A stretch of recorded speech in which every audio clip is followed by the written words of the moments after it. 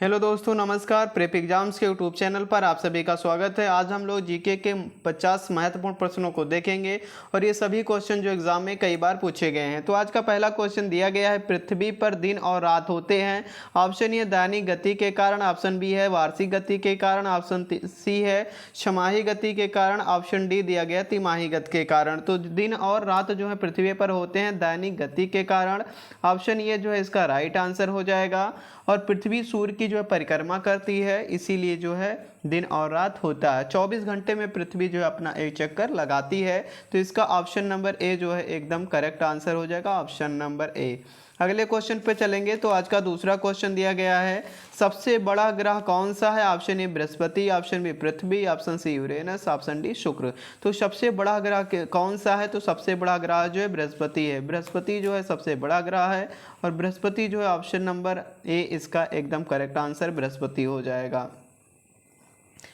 ये भी एक क्वेश्चन और पूछ सकता है, ग्रह कितने होते हैं? तो ग्रह जो है कुल मिलाकर 8 होते हैं और इन 8 ग्रहों में जो है बुध है, शुक्र है, पृथ्वी है, मंगल है, बृहस्पति, शनि, यूरेनस और नेपच्यून। कुल मिलाकर 8 ग्रह होते हैं।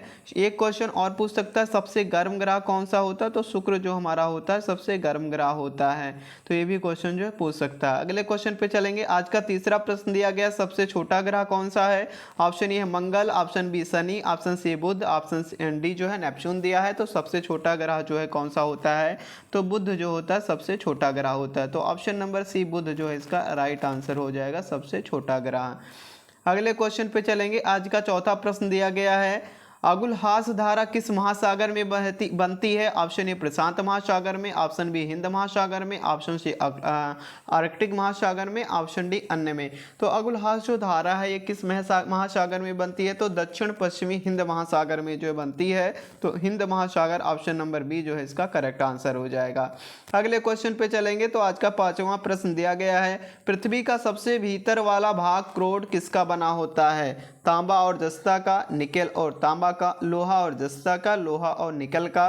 तो पृथ्वी का जो सबसे भीतरी वाला भाग जो क्रोड बना होता है किससे बना होता है? तो आयरन और निकल से, यानी लोहा और निकल से बना होता है। तो ऑप्शन नंबर डी जो है इसका करेक्ट आंसर हो जाएगा।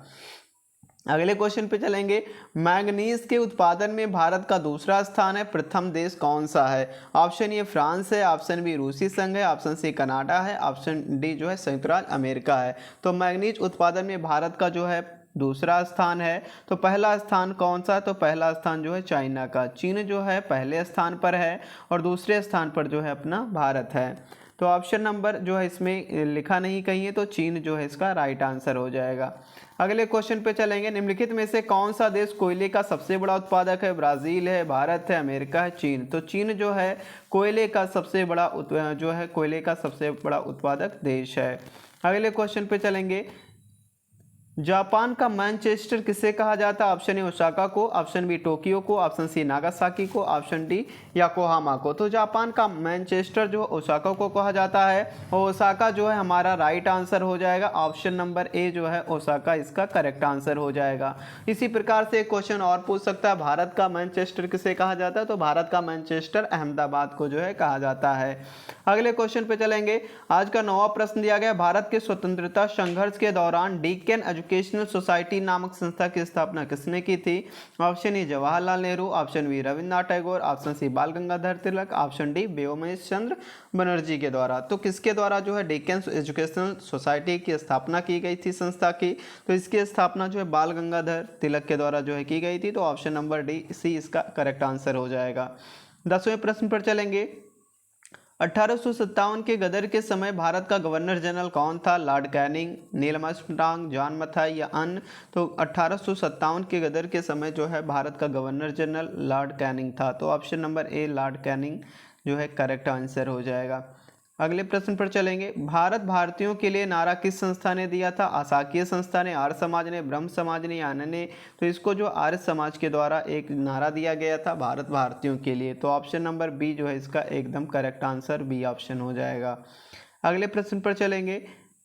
विंध्याचल और सतपुड़ा पहाड़ियों के बीच में होकर बहने वाली कौन सी नदी है? तो विंध्याचल और सतपुड़ा जो पहाड़ियां हैं इनके बीच बहने वाली जो नदी है, ऑप्शन ए नर्मदा है, ऑप्शन बी सिंध नदी है, ऑप्शन सी कोशी है, ऑप्शन डी जो है गोदावरी है, तो नर्मदा नदी जो है, नर्मदा नदी विंध्याचल और सतपुड़ा पहाड़ियों के बीच में जो बहती है, और ऑप्शन ए इसका एकदम करेक्ट आंसर हो जाएगा।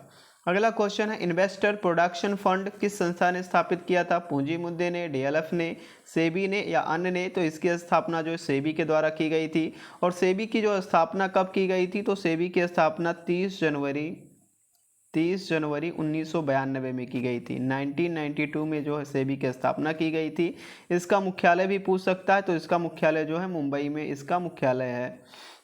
तो ऑप्शन नंबर सी इसका करेक्ट आंसर हो जाएगा। अगले क्वेश्चन पे चलेंगे, कुंडापुर एवं करवार कच्छ वनस्पति स्थान कहाँ स्थित है? केरल राज्य में, कर्नाटक राज्य में, तमिलनाडु राज्य में, त्रिपुरा राज्य में? तो कुंडापुर एवं करवार कच्छ जो है वनस्पति है, ये किस राज्य में स्थित है? तो ये कर्नाटक राज्य में स्थित है। ऑप्शन नंबर बी कर्नाटक इसका करेक्ट आंसर हो जाएगा। अगले प्रश्न पर चलेंगे, भारत की प्रथम बहुउद्देशीय परियोजना किस नदी पर बनाई गई थी? कावेरी नदी पे, गंडक नदी पे, दामोदर नदी पे, यमुना नदी पे? तो भारत की प्रथम बहुउद्देशीय परियोजना जो है किस नदी पे? तो दामोदर नदी पर बनाई गई थी। दामोदर नदी ऑप्शन नंबर सी है, और इसका सी करेक्ट आंसर हो जाएगा। भारत में प्रथम स्थापित परमाणु संयंत्र एटॉमिक प्लांट कौन सा है? तारापुर परमाणु संयंत्र, कैटोनोम परमाणु संयंत्र, कुंडमकुल्ला परमाणु संयंत्र या अन्य? तो तारापुर जो है परमाणु संयंत्र है, ये भारत का प्रथम जो है स्थापित परमाणु संयंत्र है। तो ऑप्शन नंबर ए इसका करेक्ट आंसर हो जाएगा, तारापुर परमाणु संयंत्र। आज के 17वें प्रश्न पर चलेंगे, यूनाइटेड किंगडम में शामिल है इंग्लैंड तथा उत्तरी आयरलैंड और वेल्स, स्कॉटलैंड तथा वेल्स, ये और डी। तो इसमें जो है कौन सा शामिल है? तो इसमें कौन सा शामिल है? तो इसमें इंग्लैंड और उत्तरी आयरलैंड, स्कॉटलैंड, वेल्स शामिल है, यानी ए और जो है सी दोनों ऑप्शन जो है इसका करेक्ट आंसर हो जाएगा। तो ये और सी इसमें शामिल है। अगले क्वेश्चन पे चलेंगे। आज का 18वां प्रश्न दिया गया, आगरा की स्थापना किसने जो है आगरा शहर को किसने बसाया था? सिकंदर लोदी ने, अकबर ने, बहलोल लोदी ने, शाहजहां ने? तो आगरा शहर को बसाया था सिकंदर लोदी ने। सिकंदर लोदी ने आगरा शहर को कब बसाया था? तो 1504 ईस्वी में, 1504 में जो है इसको बसाया था। अगले प्रश्न पर चलेंगे, राष्ट्रीय प्रतीक को निचले भाग में उत्कीर्ण शब्द सत्यमेव जयते के संदर्भ से लिया गया है? तो ये जो है लिया गया है पुराण से, जातक से, मुंडकोपनिषद से, महाभारत से। तो मुंडकोपनिषद से जो है सत्यमेव जयते शब्द लिया गया है। अगले क्वेश्चन पर चलेंगे, अशोक के शिलालेखों की लिपि क्या है? गुरुमुखी है, ब्राह्मी है, देवनागरी है, हाइड्रोग्लिफिक्स है? तो इनकी जो लिपि थी वो ब्राह्मी लिपि थी। तो ऑप्शन नंबर बी ब्राह्मी जो है एकदम करेक्ट आंसर हो जाएगा। अगले प्रश्न पर चलेंगे, बिहू निम्नलिखित में से किसका लोकप्रिय उत्सव है? असम का है, उड़ीसा का है, बिहार का है, बंगाल का है? तो बिहू जो है किसका लोकप्रिय उत्सव है? तो बिहू जो है असम का है। असम जो है एकदम करेक्ट आंसर हो जाएगा, और असम का एक जो है लोकप्रिय उत्सव है जो कि कई बार एग्जाम में पूछा जा चुका है। अगले क्वेश्चन पे चलेंगे, विवेकानंद रॉक मेमोरियल जो है कहाँ स्थित है? अंडमान निकोबार में, लक्षद्वीप में, केरल में? तो ये विवेकानंद रॉक मेमोरियल कहाँ स्थित है? तो तमिलनाडु में जो है स्थित है, और ऑप्शन नंबर डी जो है तमिलनाडु करेक्ट आंसर हो जाएगा। महात्मा गांधी को राष्ट्रपिता के रूप में उल्लेख सबसे पहले किसने किया था? सुभाष चंद्र बोस ने, जवाहरलाल नेहरू ने, वल्लभ भाई पटेल ने, इनमें से कोई नहीं। तो सबसे पहले इनको सुभाष चंद्र बोस ने जो है राष्ट्रपिता के रूप में सम्मानित किया था। अगले क्वेश्चन पे चलेंगे, प्रथम गोलमेज सम्मेलन कहाँ हुआ था? नई दिल्ली में, लंदन में, मुंबई में, इनमें से कोई नहीं। तो प्रथम गोलमेज सम्मेलन जो है लंदन में हुआ था, और ये जो है 12 नवंबर 1930 से 13 जनवरी 1931 के बीच में जो है प्रथम गोलमेज सम्मेलन आयोजित किया गया था, यानी 1930 में, 31 में और 32 में जो है हुआ था। तो पहला गोलमेज सम्मेलन कहाँ हुआ था ये पूछा गया, तो लंदन में हुआ था। आज के 25वें प्रश्न पर चलेंगे, देश का लौह पुरुष किसे कहा जाता है? सरदार पटेल को, जवाहरलाल नेहरू को, महात्मा गांधी को, लोकमान्य तिलक को? तो देश का जो है लौह पुरुष कहा जाता है सरदार वल्लभ भाई पटेल को। ऑप्शन नंबर ए जो है इसका करेक्ट आंसर हो जाएगा। अगले क्वेश्चन पे चलेंगे, महात्मा गांधी को अधनंगा फकीर किसने कहा था? हिटलर ने, जिन्ना ने, चर्चिल ने, माउंटबेटन ने? तो इनको चर्चिल ने कहा था। चर्चिल ने जो है महात्मा गांधी को अधनंगा फकीर कहा था। तो ऑप्शन नंबर सी इसका करेक्ट आंसर हो जाएगा। महात्मा गांधी निम्नलिखित में से किनसे अधिक प्रभावित थे? बर्नार्ड शॉ से, लियो टॉलस्टॉय से, कार्ल मार्क्स से? इनमें से कोई नहीं। तो लियो टॉलस्टॉय से जो है सबसे ज़्यादा महात्मा गांधी जी प्रभावित थे। महात्मा गांधी का जन्म कब हुआ था? 1859 में, 1869 में, 1879, 1889, तो 1869 1869 में जो है गुजरात के पोरबंदर में जो है हुआ था 2 अक्टूबर को। पंजाब केसरी के नाम से विख्यात थे रजनीश सिंह, गुरु गोविंद सिंह, गुरु नानक, लाला लाजपत राय। तो पंजाब केसरी के नाम से लाला लाजपत राय जो हैं विख्यात थे। ऑप्शन नंबर डी इसका करेक्ट आंसर हो जाएगा। अगले क्वेश्चन पे चलेंगे। निम्नलिखित में से कौन सी गंगा नदी की सहायक नदी नहीं है? सुवर्णरेखा, सोन, गंडक, कोसी। तो गंडक, सोन और कोसी जो है गंगा की सहायक नदी है और स्वर्ण जो है गंगा की सहायक नदी नहीं है, तो इसलिए ऑप्शन नंबर ए जो है करेक्ट आंसर हो जाएगा। अगले क्वेश्चन पे चलेंगे। किस राज्य की सीमा चीन से जुड़ी हुई है? मणिपुर की, नागालैंड की, असम की, अरुणाचल प्रदेश की। तो अरुणाचल प्रदेश की सीमा जो है चीन से जुड़ी हुई है, तो ऑप्शन नंबर डी जो है इसका करेक्ट आंसर हो जाएगा। अगले क्वेश्चन पे चलेंगे। कितने वर्ष के पश्चात राष्ट्रीय जनगणना होती है?